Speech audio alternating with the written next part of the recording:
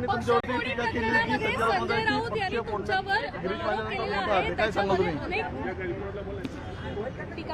नाही, संजय राऊत मी ऐकलं ते म्हणाले भाजपचे दलाल आहेत, पक्ष फोडण्याचं काम हे करतात.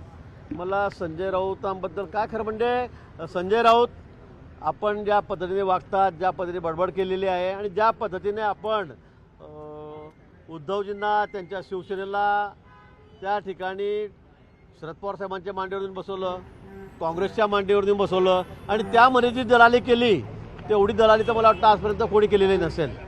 ही राजकीय दलाली त्यांनी केल्यामुळे सगळा म्हणजे पूर्ण उद्धवजींची सेना सगळी संपली.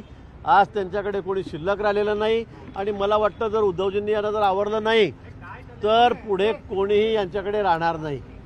सगळी अगदी जमीनदोस्त शिवसेना होणार आहे. आणि म्हणून मला असं वाटतं की संजय राऊत, मी तर पक्षाचा पाईक आहे, मी 35 वर्षाले 60 टर्म झाले निवडून येतो आहे, मी कोण आहे काय सर्वांना माहीत आहे. पक्षासाठी तर मी काही करेल, पक्षासाठी मी काय करेल, पण त्या पक्षाच्या वाढीसाठी मी करेल. तुमच्यासारखा पक्षाला रसातळाला नेण्यासाठी मी दलाली करणार नाही. आणि आपल्याला माहिती आहे दलालीचा विषय कराल तर गोरेगावच्या पत्रसाळीमध्ये आपण काय केलं, किती दिवस जेलमध्ये राहिलात, तर मला बोलायला लावू नका, हे मला बोलायला लावू नका. बाळासाहेबांच्या विचाराला तुम्ही हिंदुत्वाला तिलांजली दिली आणि त्या शिवसेनेला उद्धवजींना खुशाल त्या काँग्रेसच्या मांडीवरून बसवलं आणि सगळी शिवसेनाच तुम्ही संपवली. आणि तुम्ही काय गप्पा करतात आणि अजूनही तुमची सगळी ही बडबड बंद झाली नाही तर मला वाटतं उद्धवजी तुमचं देवच आता भलं करो. असंही म्हटलेलं आहे की महाराष्ट्रद्रोही, मराठी द्रोही आहेत आणि अमित शहा यांना महाराष्ट्र संपवायचं आहे. मी तेच म्हटलं, कोणाला काय संपवायचं आहे याचं दिसतंय. त्यांना शिवसेना संपवायची होती, त्यांना उद्धवजींना संपवायचं होतं आणि म्हणून त्यांनी इतकी अपार मेहनत केली. पवार साहेबांच्या दावणीला त्यांनी सगळी शिवसेना बांधली, काँग्रेसकडे नेऊन त्याला सगळं संपवलं, बाळासाहेबांचे सगळे हिंदुत्वाचे विचार संपवले. आता मला वाटतं अजूनही त्यांची बडबड इतकी सुरू असते की त्याला काही सीमाच राहिलेली नाही. आणि ही बडबड जर अशी सुरू राहिली तर मला वाटतं शिवसेना, मला असं वाटतं की काही शिल्लकच राहणार नाही येणाऱ्या काही दिवसामध्ये. आणि आता तुम्ही बघा पुढे काय काय होत आहे. जेव्हा ज्या दिवशी सरकार बदलेल त्या दिवशी तुम्ही पक्ष बदलणार असं थेट आरोप केला. पण मी सर्वांना माहीत आहे, मी लहानपणापासून बालपणापासून स्वयंसेवक आहे, संघाचा मी स्वयंसेवक आहे. 35 वर्षे झाले सतत मी भाजपमध्ये 7 वेळा निवडून आलेलो आहे, सर्वात सिनियर मी या ठिकाणी आहे. माझ्या मनामध्ये हा विचार कधी आलाच नाही. तुमच्यासारख्यांच्या मनात असे बुरसटलेले विचार येतात, इकडे जाऊ का तिकडे जाऊ, पक्ष याच्या दावणीला बांधू का त्याच्या दावणीला बांधू. आमच्यासारखे कार्यकर्ते एका विचाराने प्रेरित झालेले आहेत. आम्हाला कुठेही जायची गरज नाही. सत्ता असो का नसो, 20 वर्ष मी विरोधात होतो त्यावेळेला मलाही खूप आमिषं दाखवण्यात आली, पण मी किंचितही माझ्या विचारापासून दूर झालो नाही आणि आता तर काही प्रश्नच येत नाही. सुधाकर बडगुजर हे नाराज आहेत, ते म्हणलेले की मी पक्षामध्ये नाराज आहेत.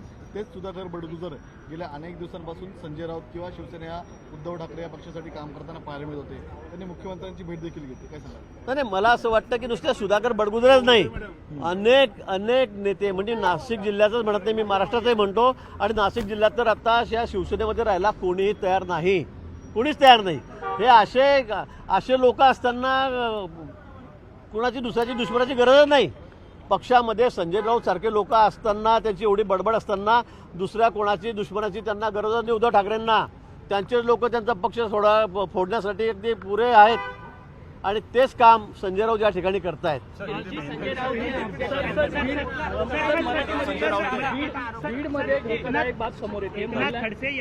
एकनाथ खडसे यांनी आरोप केला आहे की माझ्या भाच्याला जाणून बुजून तुम्ही अडकवलेला आहे आणि कुठेतरी नाशिकचं पालकमंत्रीपद तुम्हाला यासाठी हवंय की मलिदा खायचा आहे, असं तुमच्यावर आरोप केला. खडसे खूप आता उद्विग्न अवस्थेत आहेत.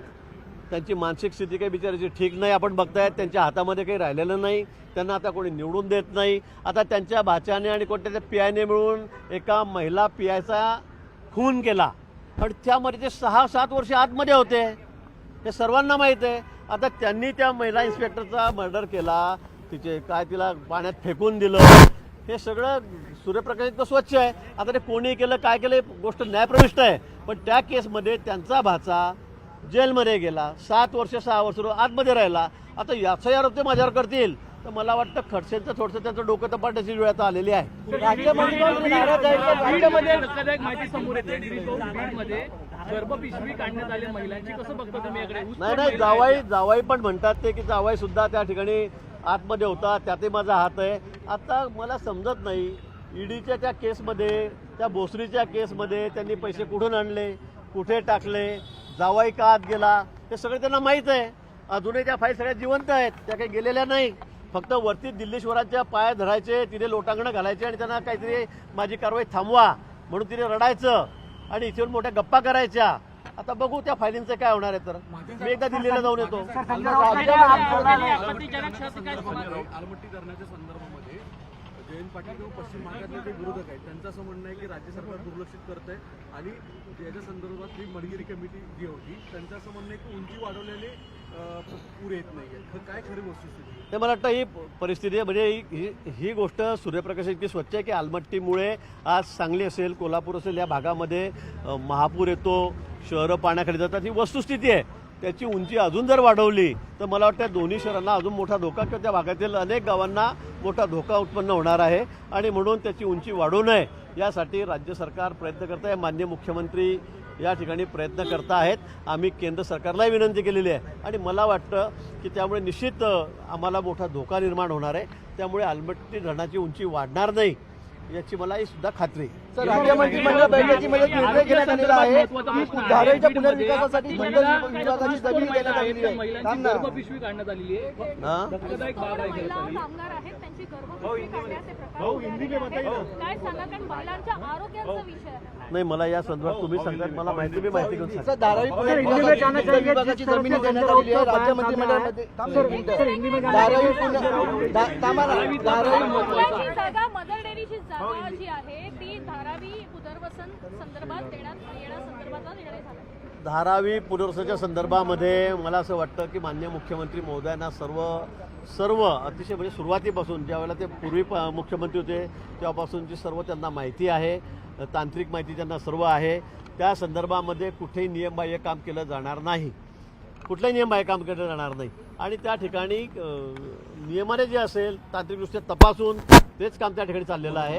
काही जागा त्या ठिकाणी पुनर्वसनासाठी कमी पडत असेल तर दुसरी जागा शासनाने देऊ केली असेल, त्यामध्ये चुकीचं काय मला असं वाटत नाही आणि म्हणून नियमबाह्य त्या ठिकाणी काही केलं जाणार नाही. विरोधकांना चांगलंही बघायचं नाही आहे आणि त्यांना फक्त जे चांगला मी करतो ते वाईटच कसं आहे ते दाखवायचं आहे. स्वतः तर त्यांनी काही केलं नाही, उद्धवजींनी काही केलं नाही धारावीसाठी आणि आता आम्ही करतो आहोत. तर बस हे कसं चुकीचं आहे, ही जमिनीच्या घशात घालतायत, ती त्याला फुकट देत आहेत. मला वाटतं असे बिनबुडाचे आरोप ते करतायत. संजय राउत का बयान सामने आया है, संजय राउत कहते हैं कि गिरीश महाजन दलाल है, जब हमारी सरकार आएगी तब बदला लेंगे. देखो, मैं तो पार्टी का एक प्रमुख कार्यकर्ता हूँ. मैं 7 टर्म से 35 साल से मैं विधायक हूँ, मंत्री भी रह चुका हूँ 3 बार. संजय राउत क्या बोलेंगे उसका कोई भरोसा नहीं है.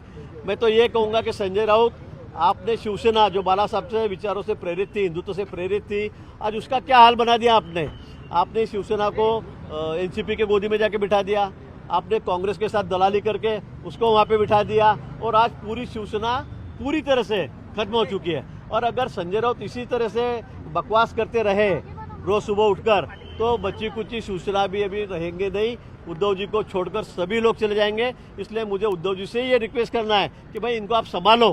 अगर आपको थोड़ी बहुत शिवसेना आपकी बच्ची कुची जो आपके पास रखना है तो आप इनको